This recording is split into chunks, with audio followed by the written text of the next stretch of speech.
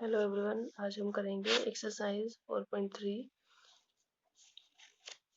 की word problems. इसमें question third fourth जो है सिलेबस में नहीं है इस बार। जो रिड्यूस करके फाइंड करने हैं ना, जो इक्वेशन को रिड्यूस करके फाइंड करने वाले क्वेश्चन है वो इस बार नहीं है। एक बार बाकी आप भी कंफर्म करके मुझे बताइएगा। यहाँ फोर्थ क्वेश्चन एक बार देख लेते हैं, फिर भी इजी है। The sum of reciprocal of Rahman's age 3 years ago and 5 years ago from now is 1/3। मतलब अगर आप रहमान की एज x मान लेते हैं तो 3 साल पहले रहमान की एज कितनी रही होगी, x-3, और 5 years पहले कितनी रही होगी, x-5। तो दोनों का रेसिप्रोकल का सम, दोनों को उल्टा करके और अगर उन जोड़ दे तो हमारा 1/3 आ जाएगा। ये कह रहे हैं कि अगर हम रहमान की एज x ले लेते हैं तो 5 years ago कितनी होगी, 5 years ago Rahman's as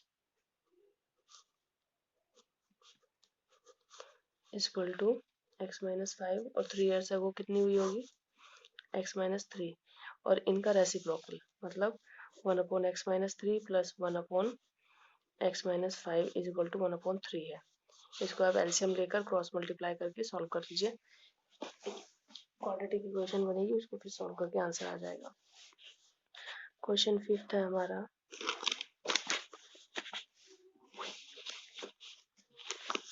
In a class test, the sum of Shefali's marks in mathematics and English is 30। English और मैथमेटिक्स के मार्क्स का सम जो है 30 है। अगर मैं इंग्लिश के x मान लूँ तो मैथ्स के 30 - x होगा, या अगर मैं मैथ्स के x मान लूँ तो इंग्लिश के होंगे 30 - x। Had she got 2 marks more in mathematics and 3 marks less in English, the product of their marks would have been 210।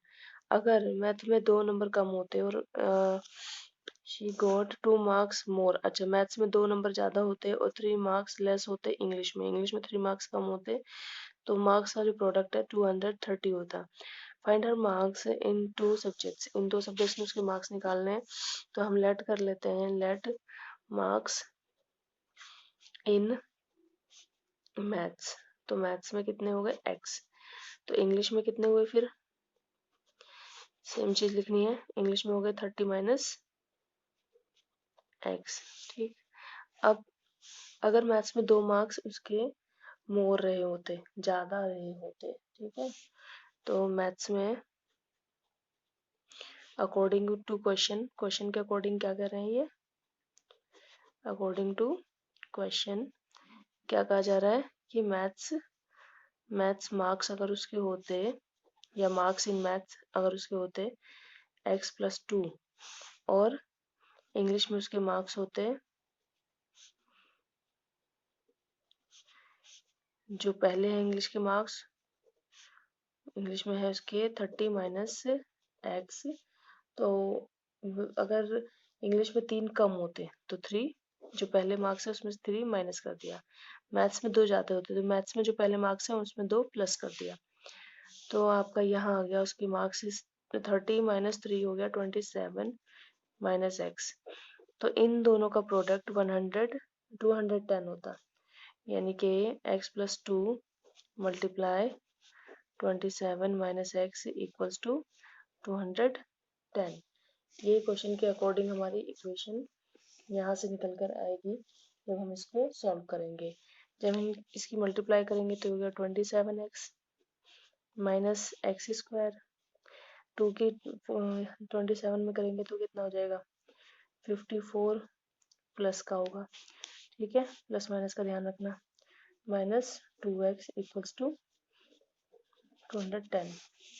अब यहाँ पर आप माइनस कर दो, पहले इसको इधर लाओ और फिर उसमें से 54 को माइनस कर दो, तो ये आपका 2x, ये आपका पहले x² हो गया, ठीक है, माइनस का है x² अभी आपका, फिर इसके बाद x वाले 27 - 2, 27 प्लस का, ये माइनस का है, तो आपको कितना बचा, 25 प्लस का बचा 25x, और ये 54 अपनी जगह है, 210 इधर आएगा तो माइनस का हो जाएगा, इक्वल्स टू 10।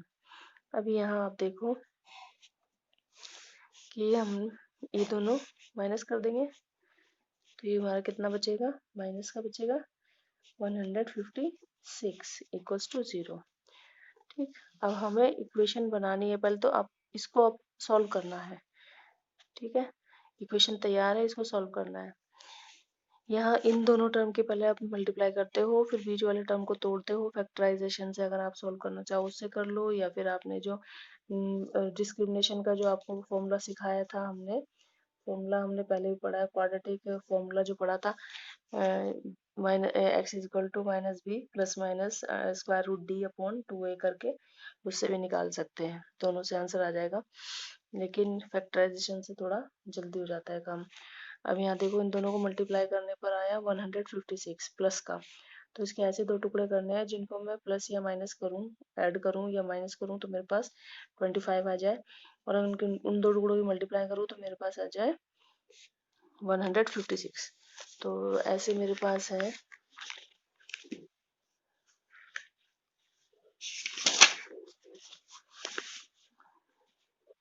माइनस का एक्स स्क्वायर था मेरा, प्लस का 25x और माइनस का 156 इक्वल्स टू 0। इन दोनों की मल्टीप्लाई कर लो तो मेरे पास आ गया प्लस का 156। अब इसके ऐसे दो टुकड़े करने हैं कि 156 आ जाए मेरा, उनकी मल्टीप्लाई करके, और उसको माइनस करूँ या प्लस करूँ, जोड़ तोड़ के जैसे भी 25 आ जाए प्लस का। तो इसको एज इट इज लिखो।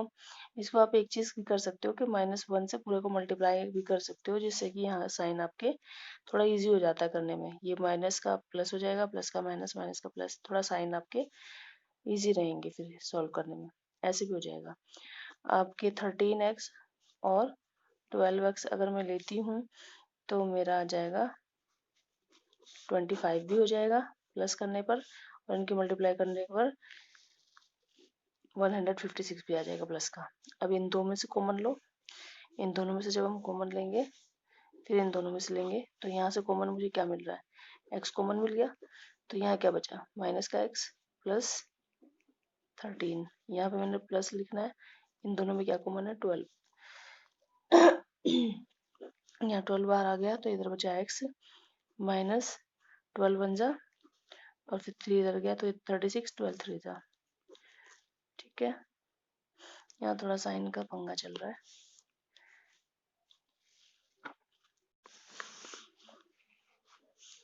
यहाँ साइन अलग चल रहे हैं, तो इसलिए एक जैसे साइन बनाने के लिए आप यहाँ पर माइनस को बाहर ले लो। माइनस जब मैं बाहर ले लेती हूँ तो मेरा माइनस एक्स हो गया, और यहाँ जो प्लस था वो माइनस में हो गया, जो माइनस था वो प्लस हो गया। ये माइनस में था तो प्लस हो गया, अंदर के साइन चेंज होते हैं जब ब्रैकेट के बाहर माइनस लिया जाता है। तो माइनस था तो प्लस हो गया, और प्लस है तो माइनस हो गया। Plus 12 x minus 13 equals to 0। अब यहाँ से कॉमन लेंगे, इन दोनों में से ये ब्रैकेट आ जाएगा पहले, किसी को पहले ले सकते हैं, इससे फर्क नहीं पड़ता। Minus x plus 12 equals to 0। अब यहाँ आप ले लो पहले इसको इक्वल्स, ये जो माइनस का प्रॉब्लम है, अगर मैं यहीं पर -1 से पूरी इक्वेशन को मल्टीप्लाई कर लेती या डिवाइड कर लेती तो ये प्रॉब्लम नहीं आती, थोड़ा आ तो जाएगा आंसर, इससे भी कोई दिक्कत नहीं है। तो यहाँ मेरा सॉल्व करके आ जाता है, एक बार इसको इक्वल टू 0, एक बार इसको equal to 0। X minus 13 equals to 0, minus x plus 12 equals to 0, X equals to 13 और minus X equals to -12, minus से minus cancel, X equals to 12 और एक्स इक्वल्स टू 13। तो मेरे पास दो आंसर है। अब या तो आप आपने पहले क्या माना था, मैथ्स, तो ये आपके मैथ्स के मार्क्स हो गए, मार्क्स इन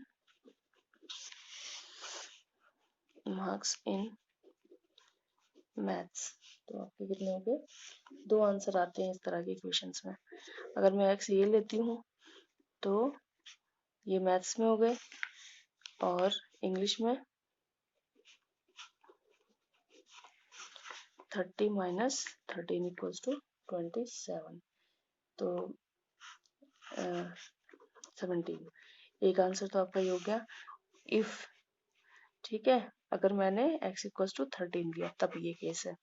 अगर मैं x इक्वल्स टू 12 लेती हूँ तब क्या होगा, तब मार्क्स इन मैथ्स कितने हो गए, 12, और मार्क्स इन इंग्लिश मेरे कितने हो जाएंगे, 30 माइनस 12 इक्वल्स टू 18। ठीक, तो अगर मैं x एक ये वाला लेकर चलती हूँ तो ये इस तरह से मार्क्स आएंगे। अगर मैं x ये लेकर चलती हूँ 12 तो मेरे मार्क्स, ठीक है, क्वेश्चन में इस तरह से आएंगे। अब इसमें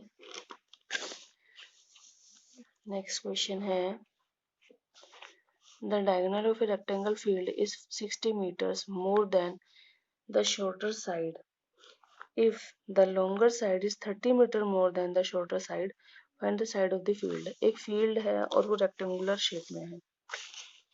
क्वेश्चन 6, एक फील्ड है और वो किस शेप में है, रेक्टेंगुलर शेप में। जो डायगोनल है वो हमारा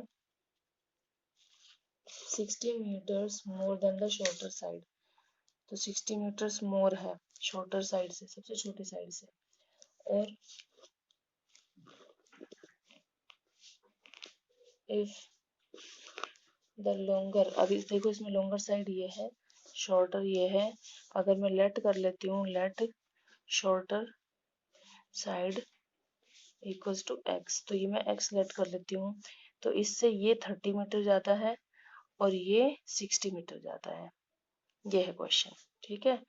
तो longer side equals to, longer side मेरा हो गया x प्लस 30 और डायगोनल मेरा हो गया, डायगोनल हो गया x प्लस 60। और यहाँ मेरा फिट होता है पाइथागोरस, क्योंकि ये राइट एंगल ट्रायंगल है, ठीक है। तो यहाँ इसको ABC नंबरिंग कर लो, नेमिंग कर लो। और इन ट्रायंगल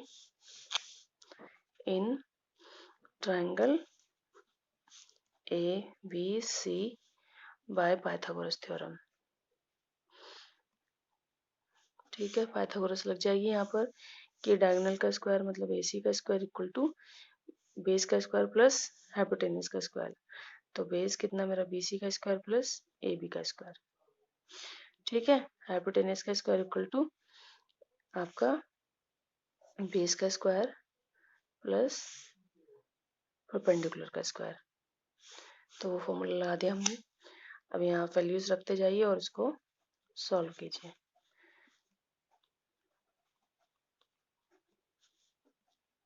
यहाँ a प्लस बी की whole square, a plus B की होल स्क्वायर लगेगा।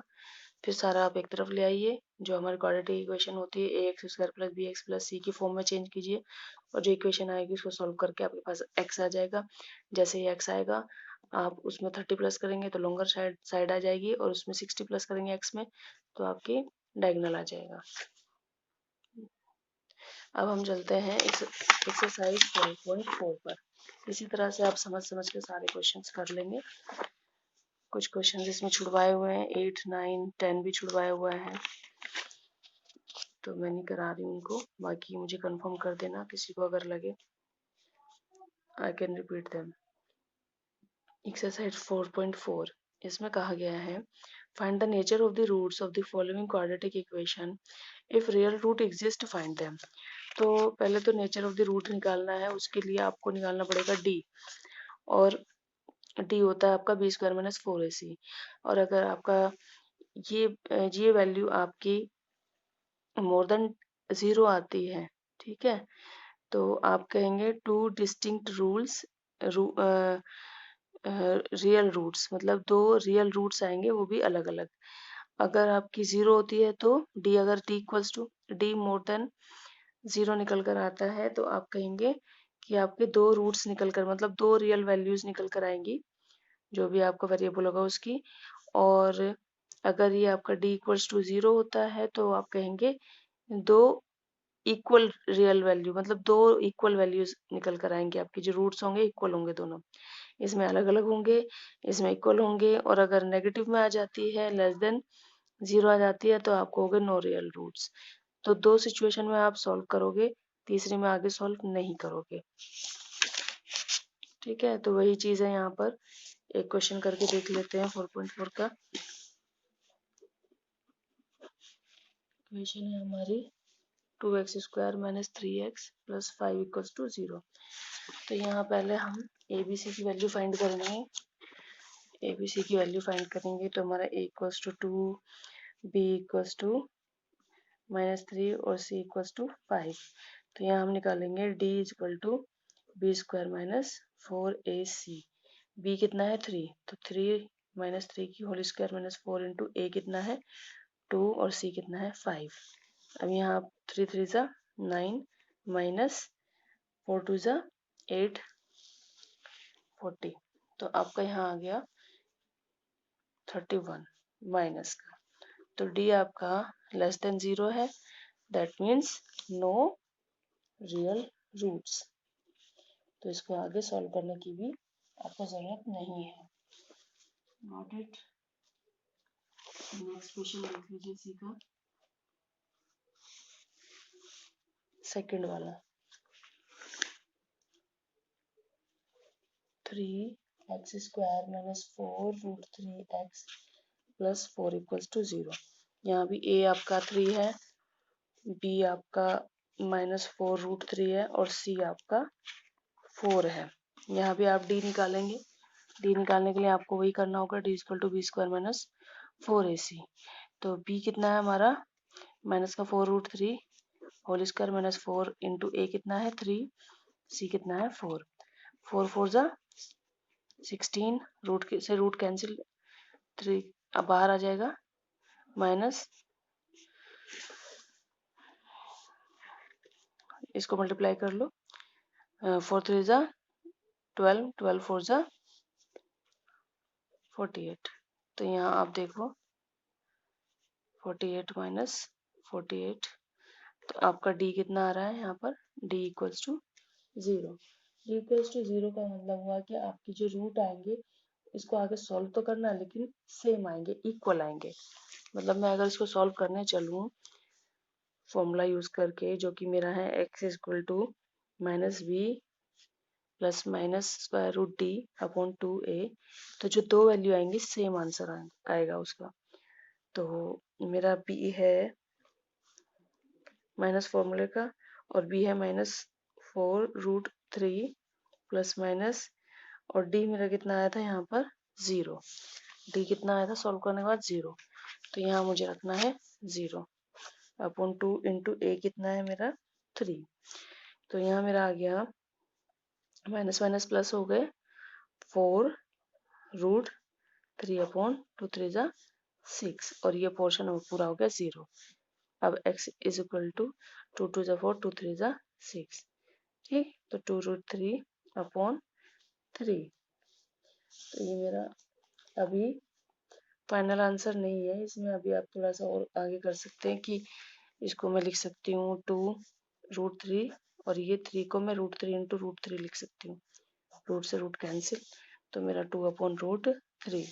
तो x की जो भी वैल्यू है हमारी वो हमारी सेम रूट है, मतलब दो वैल्यू है, तो इसको रूट्स हम यही कहेंगे कि दो हमारे पास वैल्यू जो आएंगी सेम आएंगी x की, ठीक। अब एक केस है बस जहां पर आपको फाइंड नहीं करना, अगर जब आपका d लेस देन 0 आए, ठीक है। तो यहाँ पर रियल रूट्स ही नहीं है तो फाइंड नहीं करेंगे आप। जब आपका इक्वल टू 0 आए तब भी आपको आगे सॉल्व करना है, मोर देन 0 आए तब भी आपको आगे सॉल्व करना है। मोर देन 0 आएगा तो आपकी दो वैल्यूज निकल कर आएगी, और अगर आपका 0 आएगा तो आपकी सिर्फ वैल्यू तो दो ही लिखेंगे आप, लेकिन एक ही आएगी, सेम होगी, बाकी दूसरी भी उसके जैसी होगी। नेक्स्ट आप देखिए question number second, find the value of k for each of the following quadratic equations so that they have equal roots। अब equal roots के मतलब d इक्वल टू 0। तो क्वेश्चन है सेकंड का a, सेकंड का first,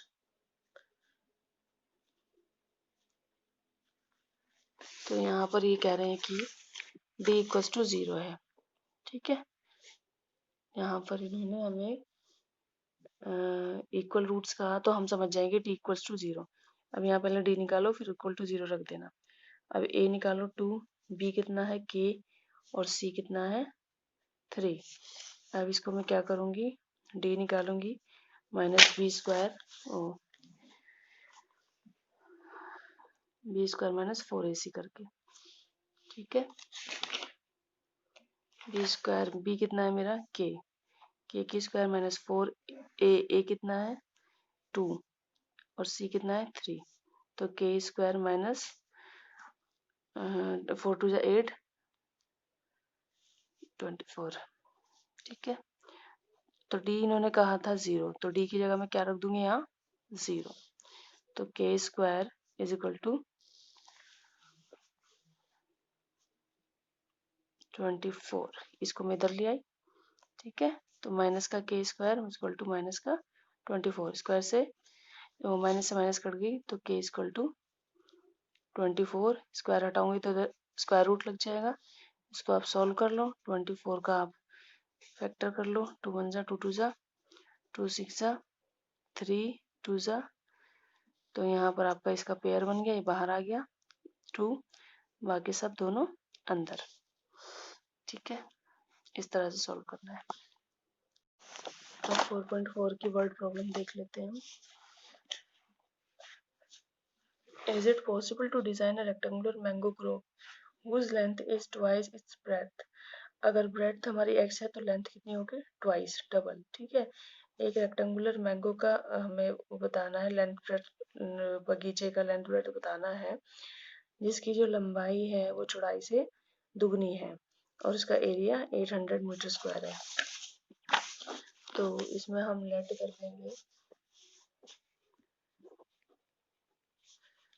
breadth equal to x, तो length हमारी कितनी हो जाएगी इसकी ट्वाइस, और एरिया कितना है 800 metre square.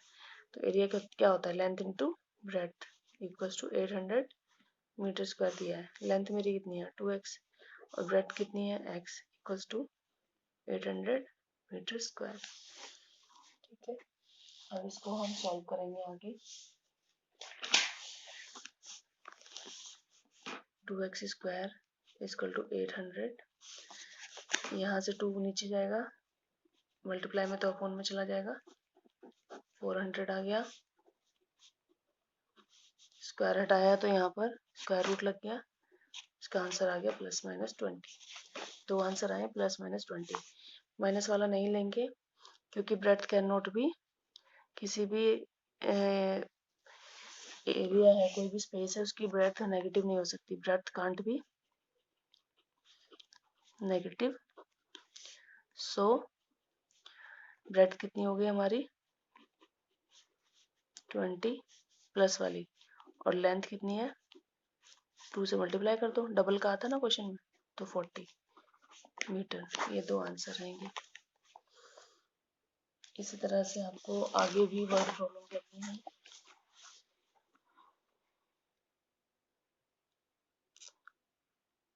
Is the following situation possible, if so तो डिटरमाइन, मतलब ये आपको क्वेश्चन दिया और देखो सिचुएशन पॉसिबल है, अगर तो है तो उसको सॉल्व करो। Sum of ages of 2 friends is 20 years, दो फ्रेंड्स हैं उनकी एजेस का सम है 20 years. 4 years ago the product of their ages in years was 48, 4 साल पहले उनके एजेस का जो प्रोडक्ट था, मल्टीप्लाई, जहाँ प्रोडक्ट हो उसका मतलब समझो मल्टीप्लाई, उनके एजेस का मल्टीप्लाई जो था वो कितना था 48। तो यहाँ पर उनकी एज को आप एक को x मान लो और दूसरे को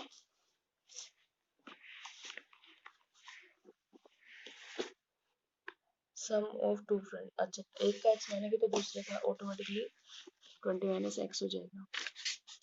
अगर age of one friend let कर ले हम, let age of one friend equals to x, तो अदर का क्या क्या हो जाएगी, अदर फ्रेंड की एज क्या हो जाएगी